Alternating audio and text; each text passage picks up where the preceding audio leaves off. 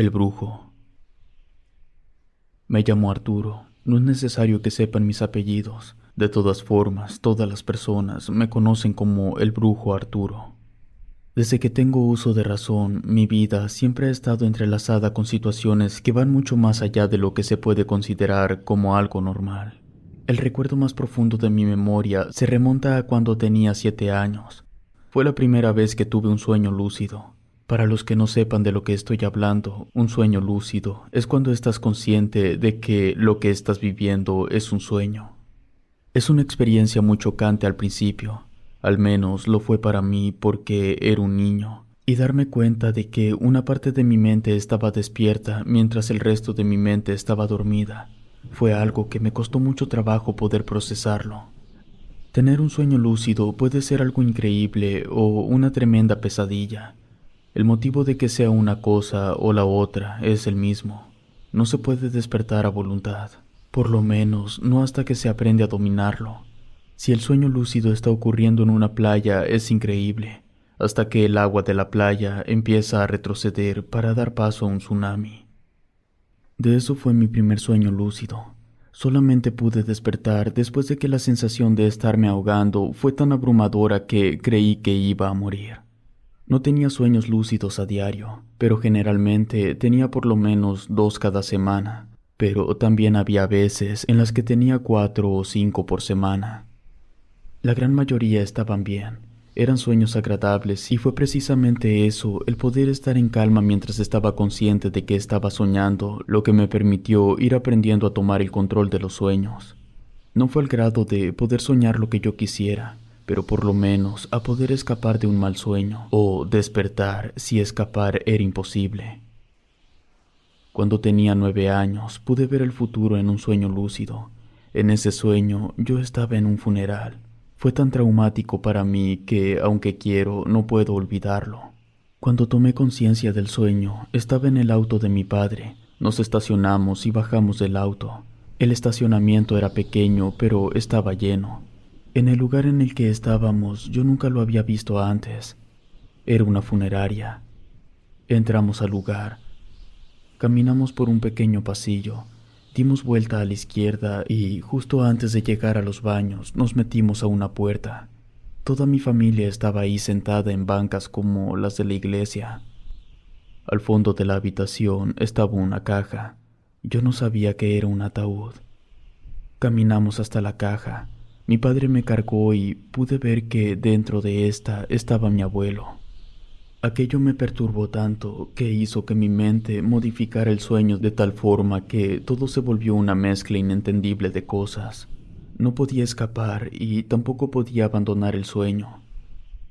Desperté cuando mi madre me movió. Yo la abracé con fuerza. Mi madre se dio cuenta que estaba llorando y por eso me había movido. Me preguntó si había tenido una pesadilla y le dije que el abuelo iba a morir. Ese sueño lúcido se volvió realidad en tan solo 4 días. Recuerdo que cuando llamaron a la casa para darnos la noticia, los ojos de mi madre se hundieron por el miedo y volteó a verme horrorizada. Nunca le dije nada a mi papá. Hasta ese día yo había sido un niño como cualquier otro, pero después de aquel episodio algo empezó a cambiar dentro de mí. Me fui volviendo distraído. Poco a poco fui dejando de jugar con los otros niños. Y cuando cumplí 10 años, estaba todo el día encerrado en mi cuarto. Solo salía a la escuela, a comer, el baño, lo estrictamente necesario. Eso, como era de esperarse, tenía muy preocupados a mis padres. Mi papá no tenía idea de por qué yo estaba así. No tenía una relación muy cercana con mi abuelo como para que me hubiera afectado tanto. Pero mi madre intuía que yo estaba así debido a que tuve que vivir 2 veces la muerte del abuelo. En un momento, la maestra de la primaria mandó a llamar a mis padres porque incluso ella se daba cuenta de que algo no andaba bien conmigo. Yo les dije que tenían que llevarme con un especialista o que podían cambiarme de escuela. Mi padre trabajaba en un lugar en el que le pagaban al mes, así que esperó a su siguiente pago para llevarme a que me revisaran. El pediatra con el que me llevaron les dijo que no había nada malo en mí, que tal vez algo andaba mal con mi cabeza, pero eso lo podía diagnosticar un psicólogo. Pero era la década de los 70. Los psicólogos no abundaban y se tenía la creencia que solamente los locos o los tontos iban a los psicólogos. Así que no me llevaron. Mis padres lo único que hicieron fue llevarle a la maestra el diagnóstico del pediatra, donde decía que todo estaba en orden con mi salud. Todavía estaba en la primaria cuando, por primera vez, pude ver a un espíritu. Era mi abuelo. Fue durante una noche que yo estaba en mi cuarto. Había una tormenta eléctrica. De pronto, en una de esas que el cielo relampagueó, apareció mi abuelo parado fuera de la ventana. No era transparente como un fantasma. Tampoco traía la misma ropa con la que lo vi dentro del féretro. Tenía puesto un sombrero, lentes de sol y una playera verde, y desapareció con el siguiente relámpago. Al día siguiente fue el cumpleaños de un tío. Todos nos reunimos para cenar y, cuando estaban hablando sobre el abuelo, yo comenté lo que había visto y lo describí. En ese momento, mi abuela y el tío que cumplía años me voltearon a ver. Luego, con una voz temblorosa, mi abuela dijo que esa ropa que yo describí era la que el abuelo traía puesta cuando murió. Mi tío también estaba ahí cuando eso pasó y confirmó que sí traía la ropa que yo les dije. El resto de la cena transcurrió en completo silencio. Algún tiempo después, salí durante la madrugada para el baño. Mis padres estaban platicando sobre la posibilidad de llevarme a un hospital psiquiátrico, pero mi madre se opuso. Comentó que ella había escuchado que dentro de esos lugares los pacientes eran sometidos a terapias de choque o cosas peores. Escuchar eso me hizo sentir mucho miedo. Una mañana, durante las vacaciones que tuve después de salir de la primaria y antes de entrar a la secundaria, estaba en el patio de mi casa jugando con la bicicleta, cuando de repente sentí una extraña presencia a mi alrededor. Levanté la cabeza y vi una figura borrosa volando entre las nubes. Parecía una persona, pero tenía alas. Mientras lo estaba observando, algo pasó, porque el ser perdió sus alas y empezó a caer en picada directo hacia donde estaba yo. Me asusté mucho y me escondí detrás de un árbol de toronjas. Desde ahí lo vi caer e impactarse contra el suelo. No parecía haberse hecho mucho daño. Poco a poco me fui acercando a él. En cuanto notó mi presencia, me preguntó si podía verlo. Yo estaba mudo de la impresión, así que solo moví la cabeza. Su piel era de color zafiro. Él se quedó sentado en el lugar del impacto, y yo aproveché para correr a mi casa. Rápidamente fui a decirle a mi madre. Ella, asustada, se asomó por una ventana junto conmigo, pero ella no podía verlo, y obviamente se preocupó más por mí. Pasaron los días y ese ser seguía sentado en el árbol de toronjas mirando hacia el cielo. Al creer que era una ilusión, salí a platicar con él. Me pidió que no me preocupara, que nadie podía verlo y que él se iría cuando recuperara sus alas. Le conté sobre los sueños lúcidos, sobre la vez que pude predecir la muerte de mi abuelo y que después de eso pude ver su espíritu. Él me dijo que yo era especial y que tenía un don. Poco a poco me fui convenciendo de que ese ser era real y que era un ángel. Le perdí el miedo completamente y platicaba todos los días con él. Mis padres no podían verlo, pero sí notaron que el patio comenzó a tener más vida desde que ese ángel cayó. También las cosas en la casa comenzaron a mejorar. Pasaron 9 meses de hacer preguntas y aclarar dudas. Con él aprendí a hacer un llamamiento de destino. Eso era poder utilizar los sueños lúcidos para ver el futuro a voluntad. La primera vez que realicé el ritual, velé el juguete de un amigo durante 3 noches, y la noche siguiente me dormí sosteniendo el juguete con la mano izquierda. En el sueño que tuve, pude ver a mi amigo siendo atropellado por un carro cuando cruzaba la calle afuera de la secundaria. Eso me hizo entrar en pánico. Al día siguiente, llegué muy nervioso a la escuela. Traté de convencer a mi amigo que fingiera que estaba enfermo para que se fuera a su casa. Quise convencerlo de que algo malo le podía pasar, pero no me hizo caso. Desesperado por querer evitar lo que había visto en el sueño, Le di un golpe muy fuerte en la cara. Lo llevaron a enfermería. A mí me mandaron con el prefecto. También llamaron a los papás de mi amigo para que fueran a recogerlo. No necesitaba ir al hospital, pero el director le pidió que descansara. A la media hora, sus papás llegaron por él. El carro lo habían estacionado al otro lado de la calle. Cuando mi amigo estaba cruzando, un automóvil se pasó el semáforo en rojo y lo atropelló, matándolo al momento.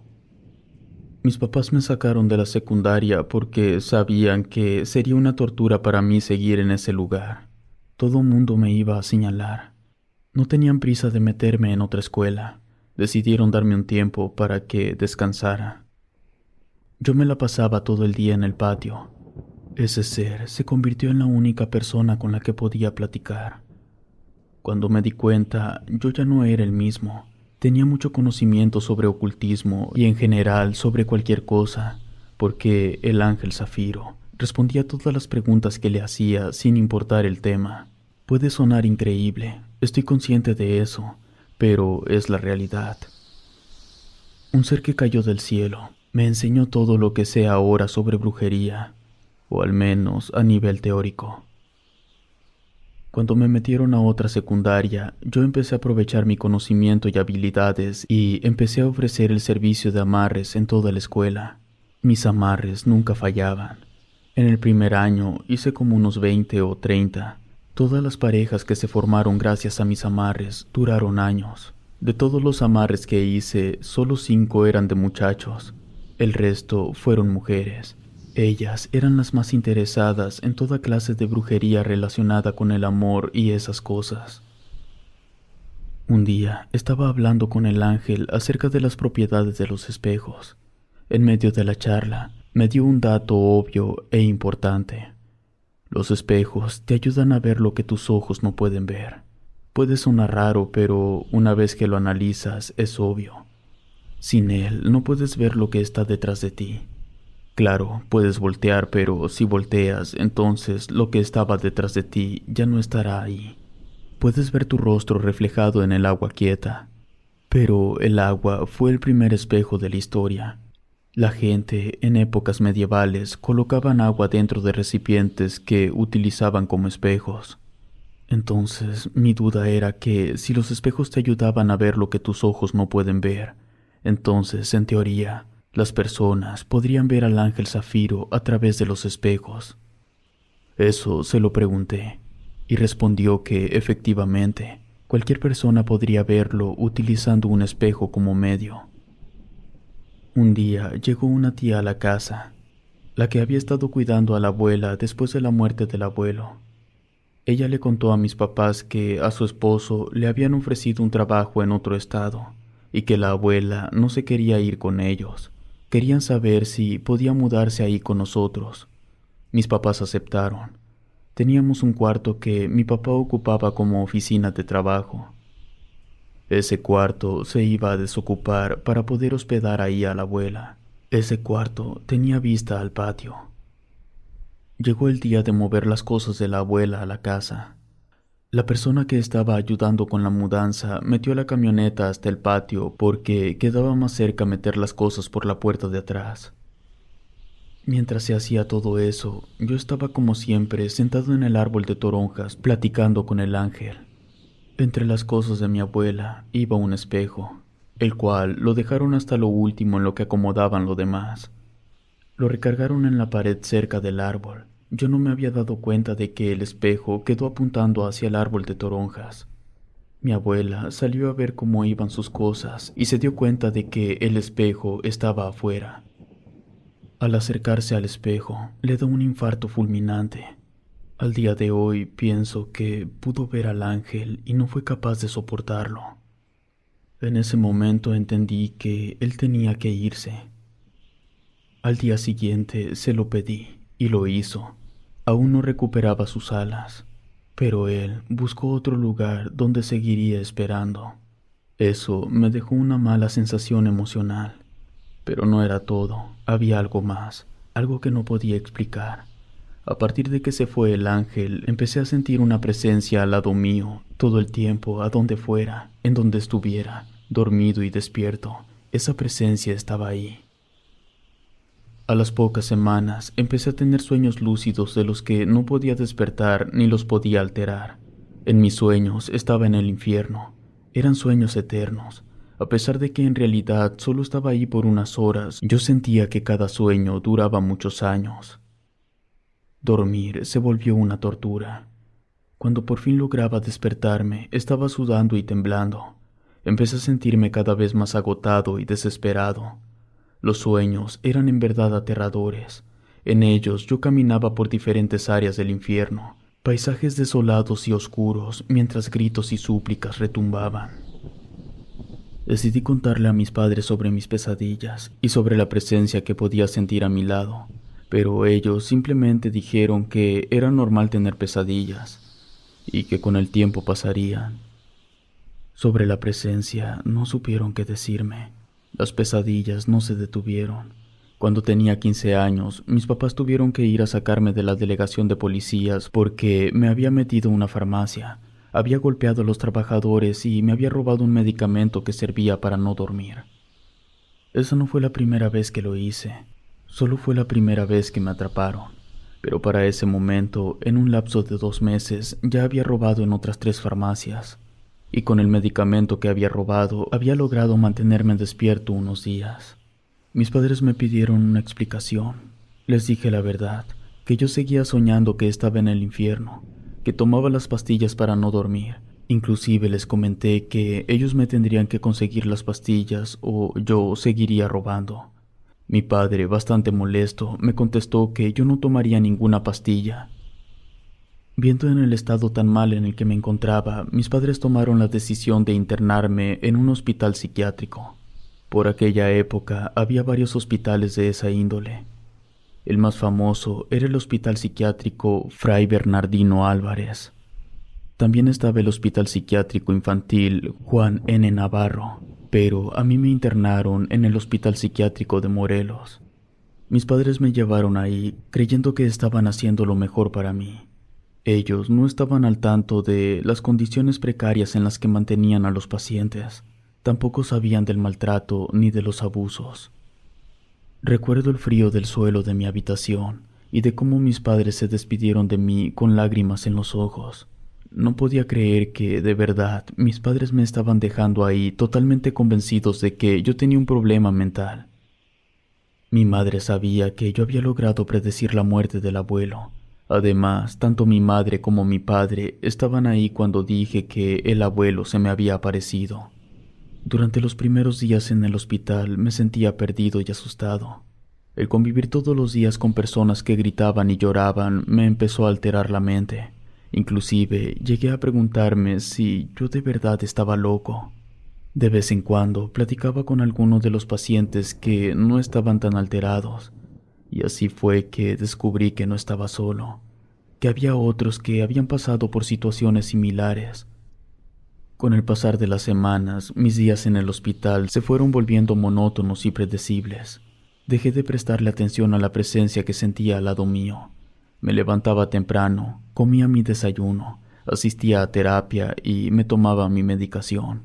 A veces pasaba las tardes jugando a las cartas con otros pacientes, o simplemente sentado en mi habitación, mirando por la ventana tratando de olvidar los sueños sobre el infierno, porque debo admitir que los medicamentos que me daban ahí me ayudaban a dormir sin tener esos sueños lúcidos. Los suprimían por completo, parecía magia.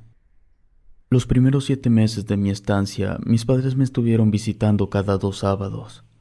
En una ocasión fueron a visitarme un día jueves. Estaban muy serios. Me comentaron que iban a tener un hijo. Hasta ese momento yo había sido hijo único. Me quedé mudo. Entonces me dijeron que el nuevo bebé iba a necesitar toda su atención, que no podían estar al pendiente de mí por el bien de su nuevo hijo. Esa era la última vez que me iban a visitar porque le habían cedido mi custodia al hospital. Me quedé en shock cuando me dijeron que me iban a abandonar en el hospital psiquiátrico. Les supliqué que no me dejaran, que me llevaran con ellos, pero me dijeron que no podían hacer nada más por mí, que les daba miedo que en mi estado de locura fuera a lastimar al bebé cuando naciera. No estaban dispuestos a correr el riesgo. Me sumergí en un estado de profunda tristeza, depresión y desesperación. No sabía qué iba a pasar conmigo. Me preguntaba si un día lograría salir de allí. Al poco tiempo de que mi familia me abandonó, fui sometido a terapias de electroshock, lo que me hizo perder la noción del tiempo. No recuerdo mucho de mi estancia. Tampoco recuerdo exactamente cómo fue que me escapé. Tengo varias secuencias, pero son vagas. Lo importante es que yo y otros 2 internos pudimos escapar. Cada quien se fue por su lado. Yo corrí por 10 minutos. Cuando me había alejado lo suficiente, dejé de correr y solo caminé. Me acerqué a un puesto de frutas y le pregunté a la persona que estaba atendiendo si por favor podía regalarme una. Le conté que mi familia me había abandonado. El señor amablemente me dio la fruta y me preguntó mi edad, a lo que yo le respondí que iba a cumplir 17 años. Él me miró confundido y me afirmó que yo no tenía 17 años. Yo le dije que había nacido en 1960. El señor me miró muy angustiado. Luego me dijo que era el año 1980. Tienes 20 años. Yo me quedé helado. El señor me comentó que conocía a unas personas que me podían ayudar.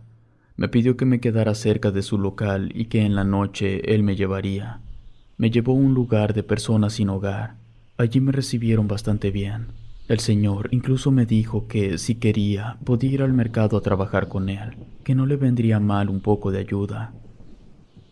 Con el tiempo fui recuperando la memoria, porque cuando logré escapar del hospital no recordaba ni cómo era la casa de mis padres, pero al paso de 2 o 3 meses mi mente estaba mejor. Lo único que jamás pude recuperar fue lo que pasó después de que me abandonaran mis padres. Fui a trabajar con el señor, y ahí conocí a una mujer que se dedicaba a la brujería.